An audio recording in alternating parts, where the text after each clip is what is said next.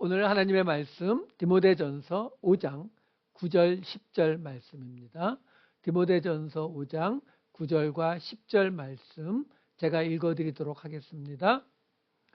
과부로 명부에 올릴 자는 나이가 60이 덜 되지 아니하고 한 남편의 아내였던 자로서 선한 행실의 증거가 있어 혹은 자녀를 양육하며 혹은 나그네를 대접하며 혹은 성도들의 발을 씻으며 혹은 환난 당한 자들을 구제하며 혹은 모든 선한 일을 행한 자라야 할 것이요.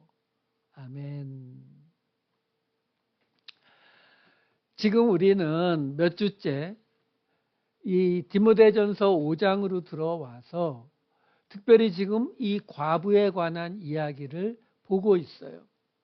지난주에는 어떤 이야기를 했었냐면 과부 중에 참 과부, 진짜 과부를 구별해서 그 참 과부에게 가장 우선적으로 해줘야 되는 것은 다른 도움이 아니라 가족 단위의 가족에 다시 편입시켜주는 것.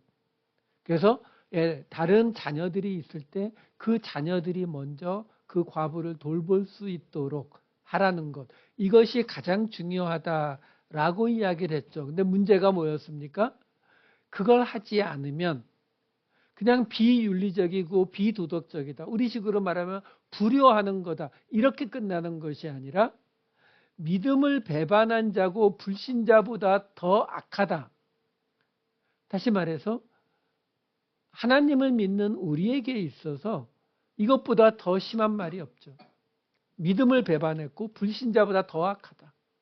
이렇게 말한다는 것은 우리가 보았던 그 과부를 가정에 편입시켜야 하는 이 문제가 우리의 믿음의 본질을 건드리는 이야기다라는 것을 우리가 알 수 있는 거예요.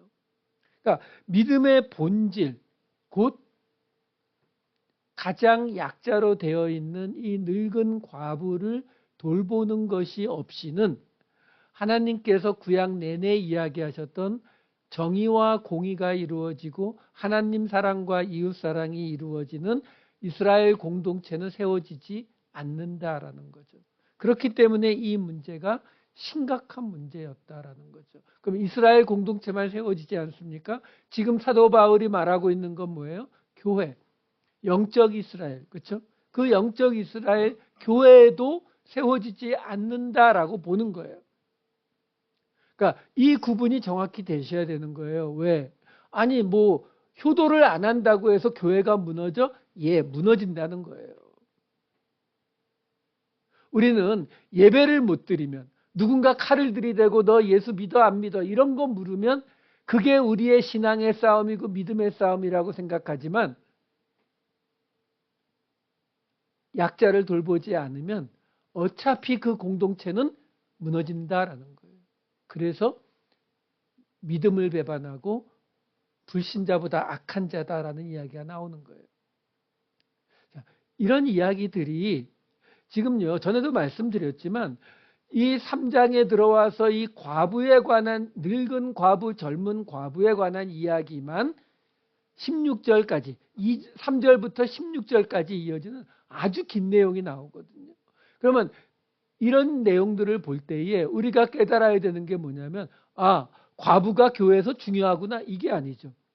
이 과부를 돌보는 이 문제가 교회 공동체라고 하는 것의 본질을 건드리는 문제가 된다라는 거예요. 그러니까 이렇게 긴 이야기를 사도 바울이 이야기하면서 강조하고 있다라고 하는 것을 먼저 생각을 하시고 받으셔야 된다는 거죠. 자, 그러면 한번 오늘 본문에 이 시작하는 5장 9절 말씀을 보면서 시작해 볼게요. 과부로 명부에 올릴 자는 나이가 60이 덜 되지 아니하고 한 남편의 아내였던 자로서. 자, 지금 과부 명단에 교회에서 과부 명단을 만드는데 거기 명단에 올리는 조건이 두 가지가 나온 거예요. 하나는 60살보다 덜 되지, 그러니까 60살 넘어야 되고, 두 번째는 한 남편의 아내였던 자. 이렇게 지금 두 가지를 이야기하고 있거든요.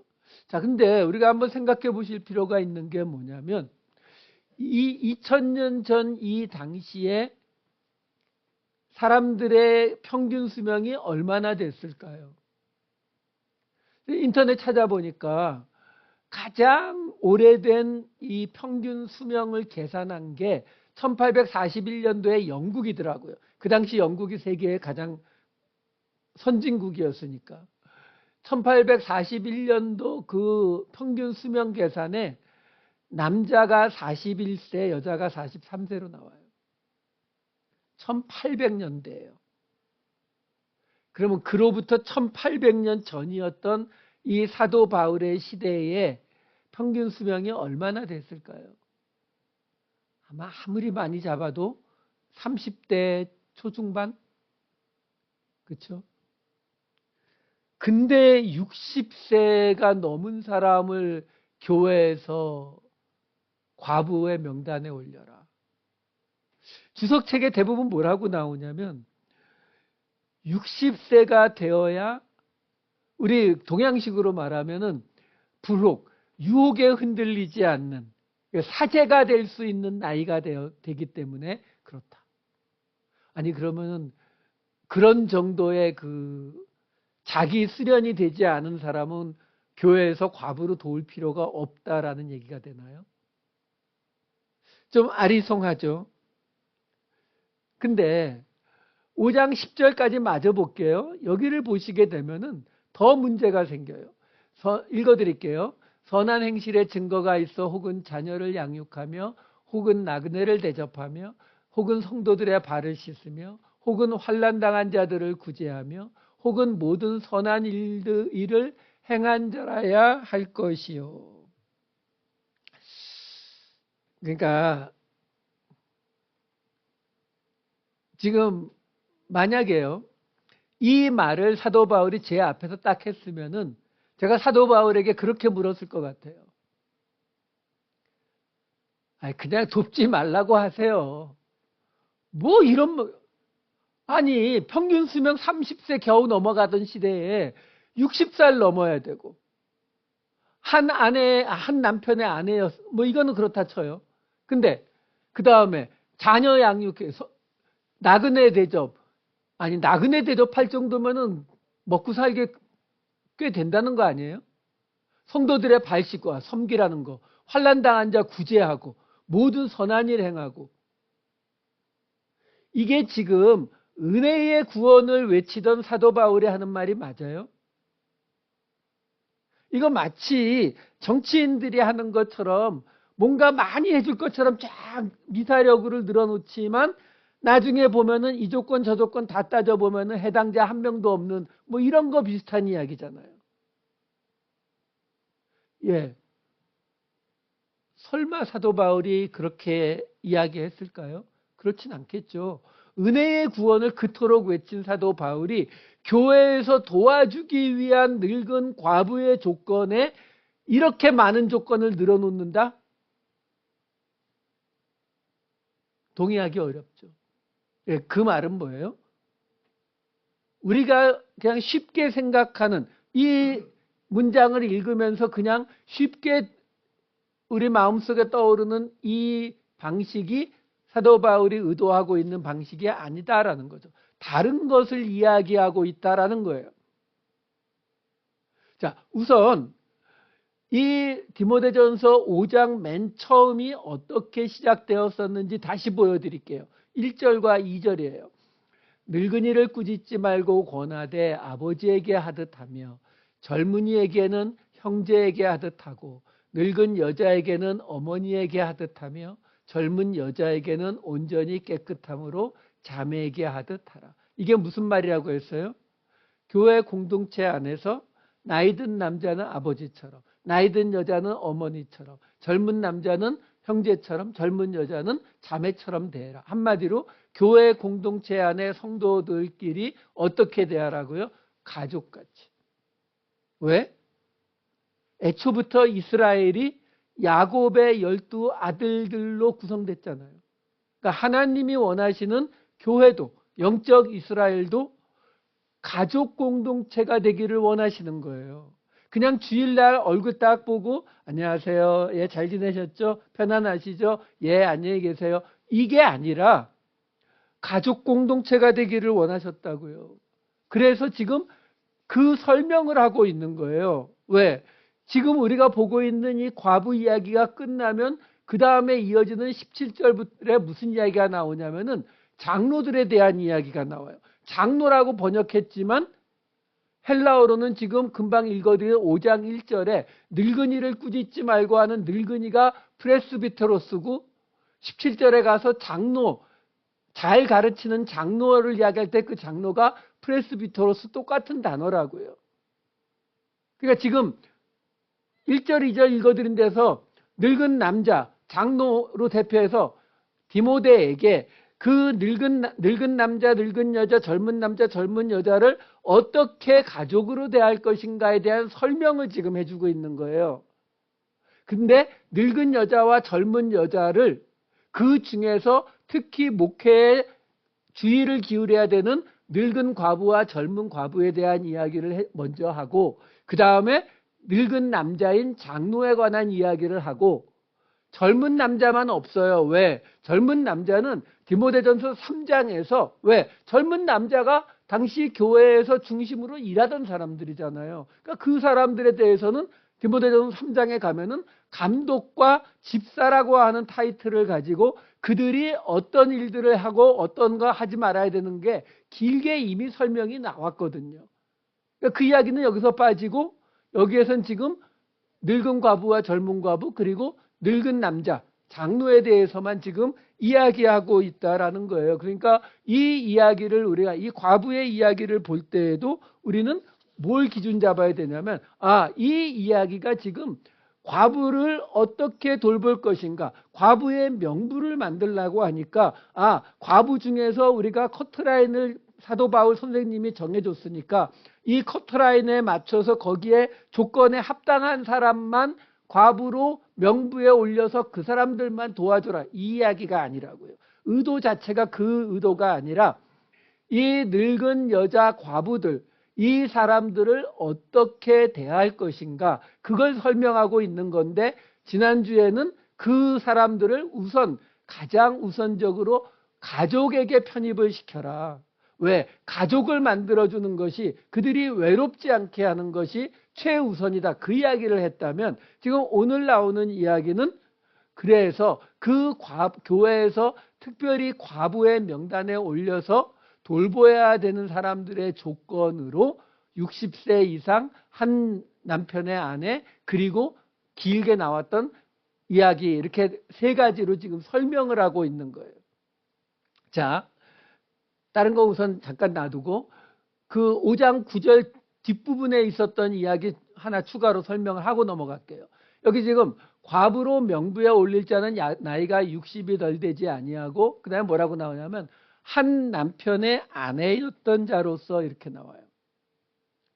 자, 이 재밌는 건 뭐냐면 한 남편의 아내였던 자로서 이 공동번역에 보면은 이 부분을 아예 뭐라고 번역을 해놓았냐면은 60세 이상의 과부로서 한 번밖에 결혼하지 않았던 여자는 교회의 과부 명단에 따로 올리도록 하십시오. 이렇게 나와요.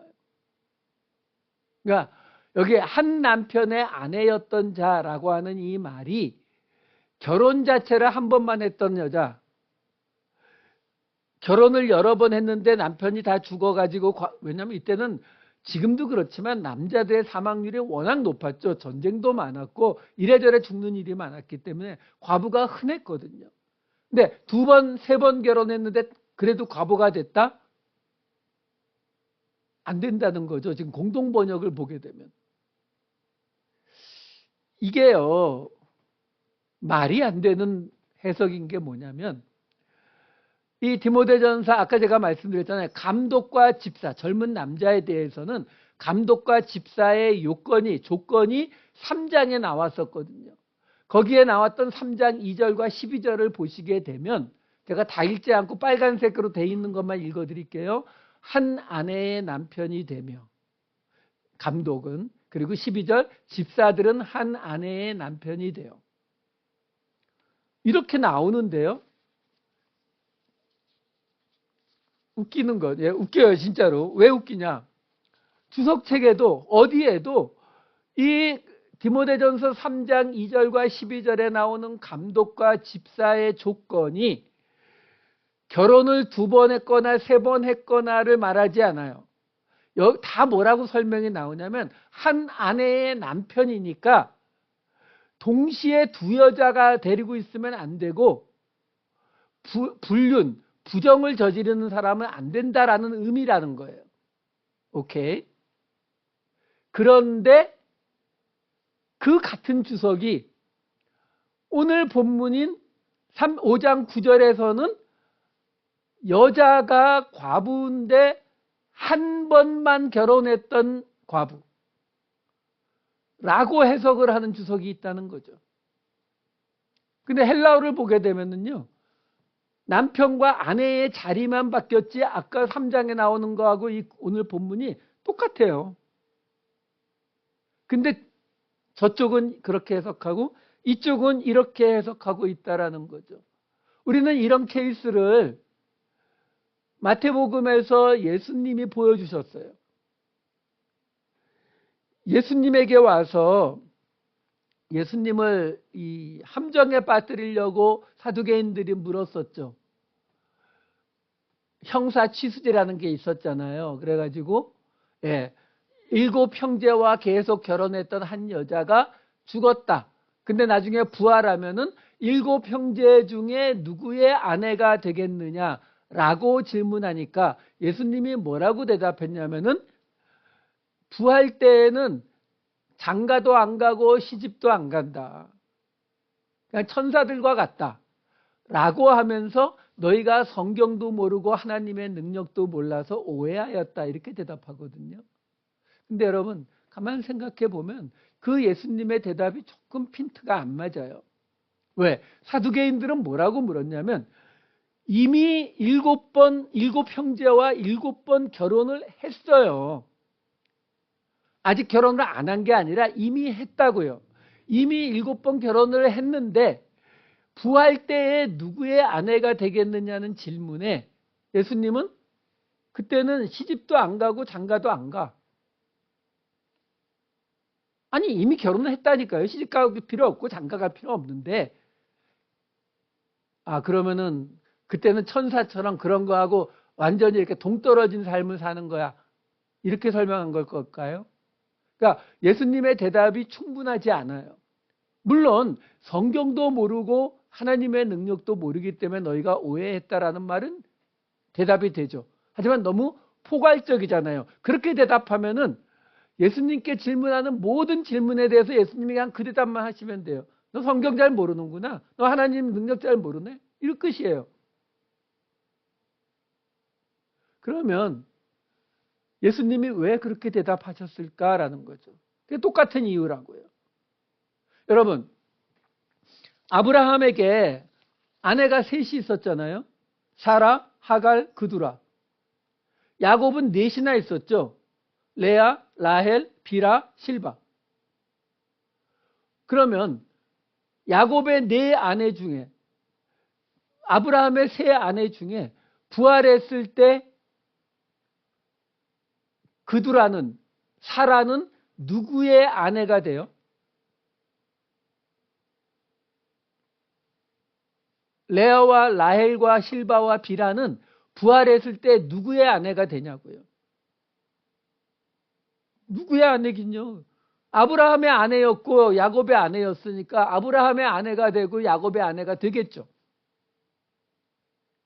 이게 뭐가 문제냐면 우리가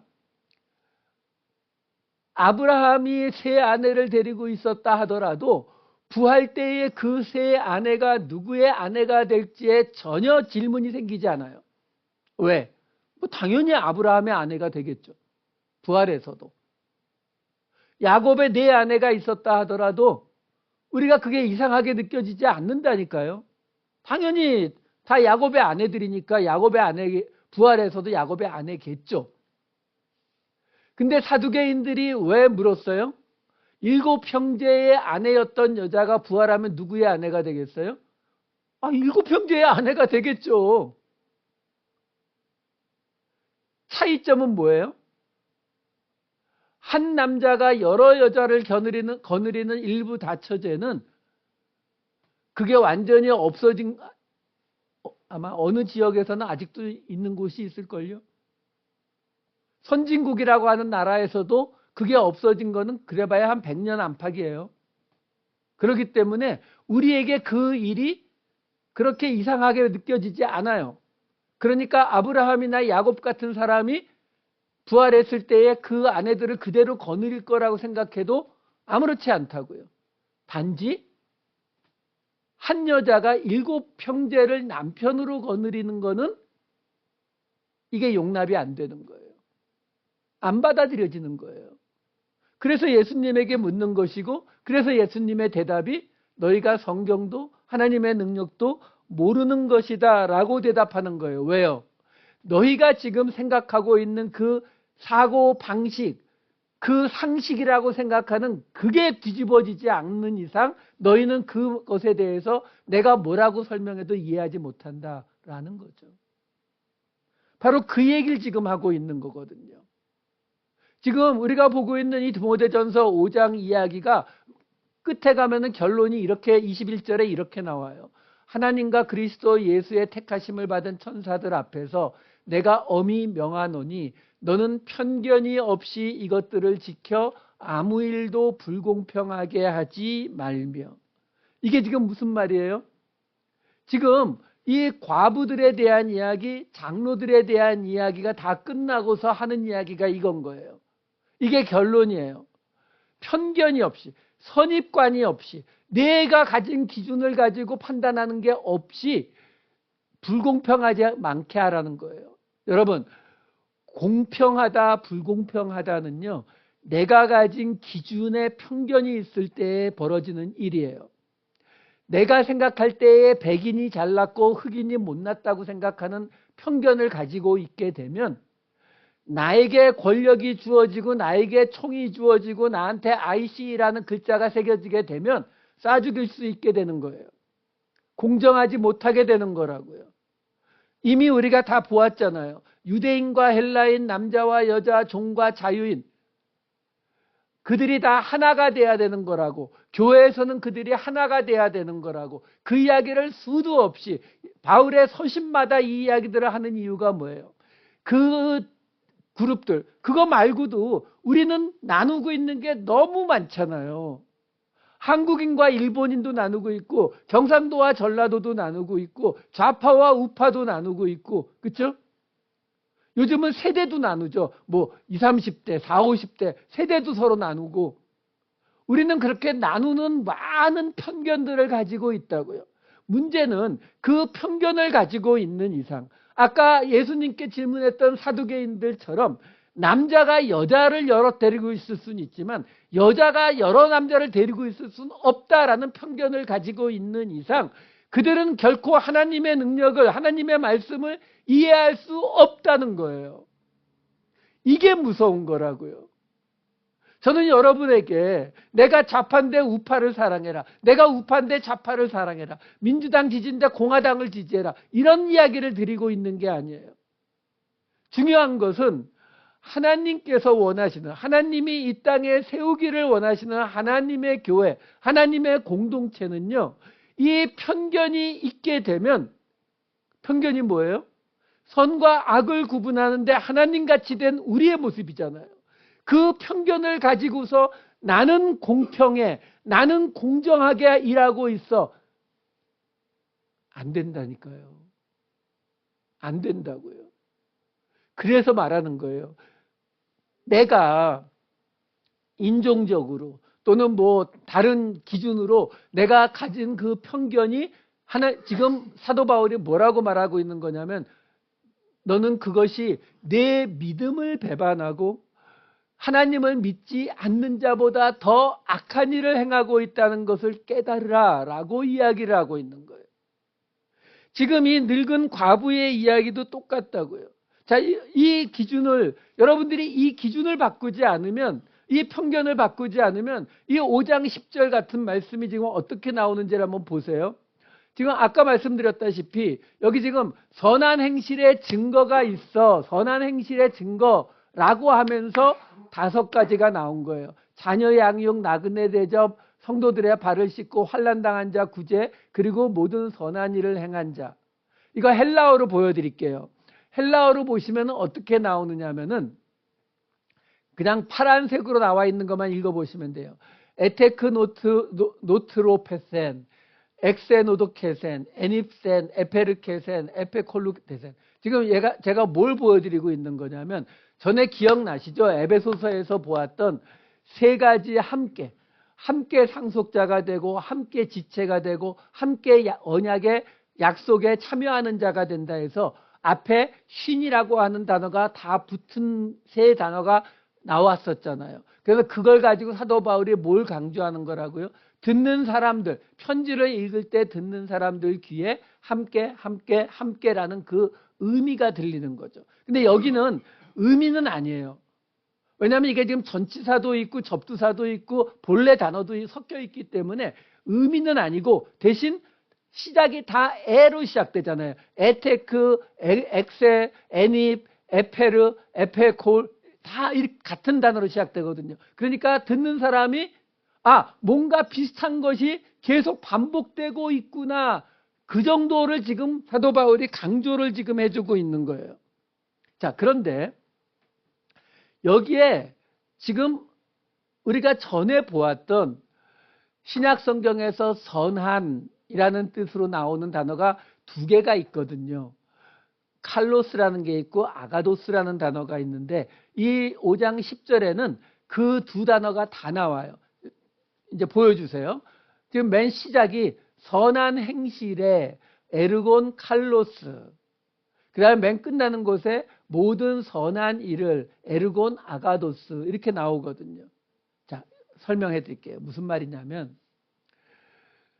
아가도스라고 하는 말은 선한 것, 선한 일, 선함인데 하나님의 뜻이 이루어지는 선함을 이야기해요. 그러니까 본질적인 선함이에요. 거기에 비해서 칼로스는 겉으로 나타나는 선함, 아름다운 모습을 이야기해요. 그래서 좋은 나무는 좋은 열매를 맺느니라 이렇게 나올 때에 좋은 나무라고 하는 것은 겉이 좋다는 게 아니잖아요. 좋은 열매를 맺는 게 좋은 나무죠. 그러니까 겉은 어떻게 생겼는지 모르지만 본질이 좋은 나무. 그러니까 좋은 나무 할 때는 아가도스예요. 근데 좋은 열매를 맺느니라. 열매는 눈에 보이잖아요. 좋은 열매는 이쁘게 생기고 크고 아름답고 이건 칼로스라고요. 자, 이 구분이 되시면은 지금 5장 10절을 다시 한번 이 장면을 보여주시면은 이게 지금 무슨 얘기냐면은 선한 행실, 사람들이 보기에 아름다워 보이는 행실의 증거가 있어야 되는데 그 행실의 증거가 5가지인 거예요. 자녀 양육, 나그네 대접, 성도들의 발 씻는 거, 환난당한 자 구제하는 거, 그리고 내가 다 말하고 있지는 않지만 모든 하나님의 뜻이 이루어지는 일을 따라간 것들, 이렇게 5가지를 말하는 거예요. 그러니까 우리가 본래 이렇게 생각하면 본질적이고 하나님의 뜻이 이루어지는 선함, 아가도스가 먼저일 것 같고 더 중요할 것 같지만 이 문장에서는 문장 구성 자체가 그렇게 된 게 아니라 이 과부 명단에 올릴 3번째 조건이 뭐냐면 사람들이 보기에 아름다운 행실을 한 증거가 있어야 된다는 거예요. 근데 그 사람들이 볼 때의 아름다운 행실을 한 증거의 모습이 뭐냐면 자녀를 양육했거나 나그네를 대접했거나 성도들의 발을 씻으며 섬겼거나 환난당한 자를 구제했거나 그 다음에 그거 말고도 하나님의 뜻을 이루기 위해서 행한 많은 일들을 했거나 이렇게 5가지를 말하는 거예요. 그러니까 이 5가지가 근데 앞에 전제가 붙죠. 사람들이 볼 때에 아름다운 선해 보이는 일을 감당한 사람이라고 지금 이 늙은 과부를 이야기하고 있는 거예요. 그러니까 무슨 말을 지금 이야기하고 있는 거냐면 지금 이게 굉장히 이상한 거예요. 왜냐하면 지금 과부 명단에 올리는 조건이 세 가지가 나온 건데 60세 이상, 그리고 한 남편의 아내였던, 그러니까 이거는 그냥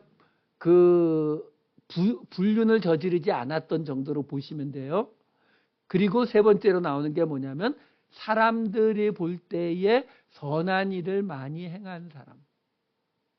이렇게 세 가지 조건을 지금 이야기하고 있는 거거든요. 자, 그러면 이 선한 일을 행했다라는 이 에르곤 칼로스를 지금 이야기하는 이유가 뭐냐면 5장 7절과 14절 말씀을 보면 우리가 알 수 있어요. 내가 또한 이것을 명하여 그들로 책망받을 것이 없게 하라. 14절, 그러므로 젊은이는 시집가서 아이를 낳고 집을 다스리고 대적에게 비방할 기회를 조금도 주지 말기를 원하노라.